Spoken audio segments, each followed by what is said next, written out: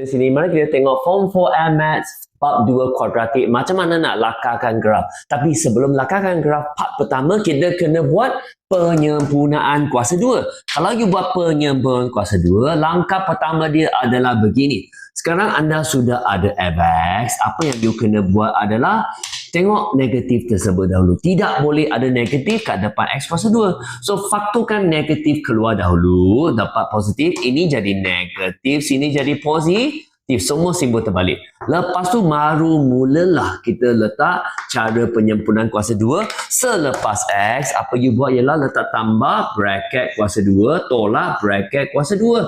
Lepas tu baki dia letak kat belakang. Iaitu tambah 3. Lepas tu tutup kurungan. Apa yang benar yang you kena letak kat dalam ialah ambil nilai pi kat sini negatif 4 bahagi 2 letak ke dalam.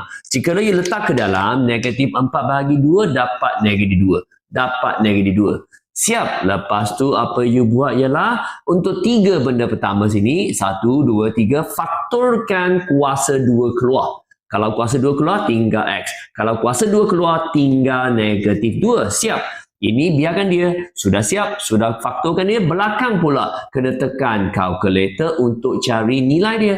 Negatif sampailah ke 3. Tekan kalkulator. Jawapan yang you akan dapat ialah negatif 1.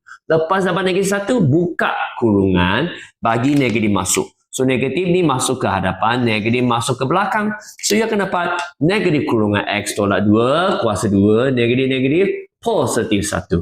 Siap. Lepas siap penyempurnaan kuasa 2, you kena tahu apakah guna dia. Kegunaan penyempurnaan kuasa 2 ada 4 fungsi. Fungsi pertama, negatif. Kalau you nampak negatif, artinya nilai tu kurang daripada kosong. Artinya negatif.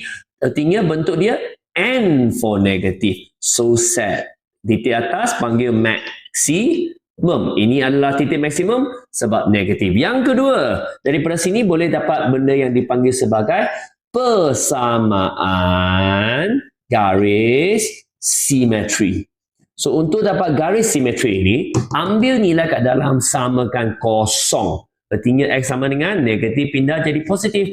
Inilah persamaan garis simetri. Lepas tu nilai kat belakang pula. Kalau sini maksimum, ini panggil nilai maksimum bagi y. Iaitu sama dengan 1. Siap nilai y, nilai maksimum. Gabungkan ketiga-tiga. You akan dapat, kita panggil sebagai titik maksimum. Titik maksimum sama dengan 2 dan 1. Siap.